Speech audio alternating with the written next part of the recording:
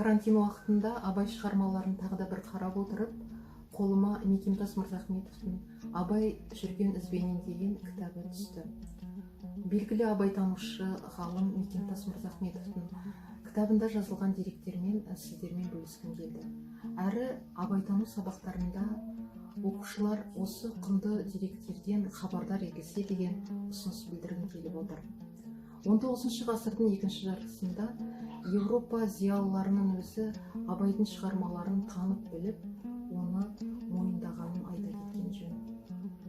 Оған дәлел осы кітапта, яғни татар тілінде шығатын «Уақыт» деген газеттегі мақалада Абайды тұңғыш рет шетелге танытқан американ журналисті Джордж Кеннонның «Сібір және жер аударылғандар» деген кітабынан үзінді деректер келтіріледі.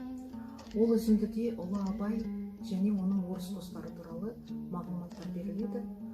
Абай туралы былай делінген: Ибрахим мырза ғылымсыз қара халық арасынан шыққан, қазақ сахарасында жалғыз жұлдыздай болып жанып, өлеңдері оны бүкіл атырапқа мәшһүр етті. Мейлінше мол еңбектенумен орыс тілін үйреніп, орыс әдебиетіне еркін жетіліп, достасып алды.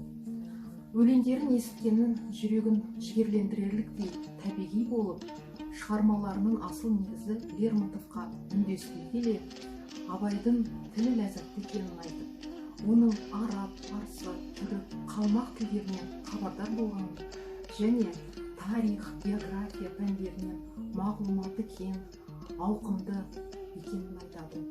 Сонымен қатар Абайды ұлтжанды, елін жерін сүйген азамат екенін атап көрсетеді. Ақынның өлеңдері көп болса да, басылғандары жоққа тәуелді. Обалы шығармаларын біліп, оны жарыққа шығаруға қайрат етпеген кісілерге деп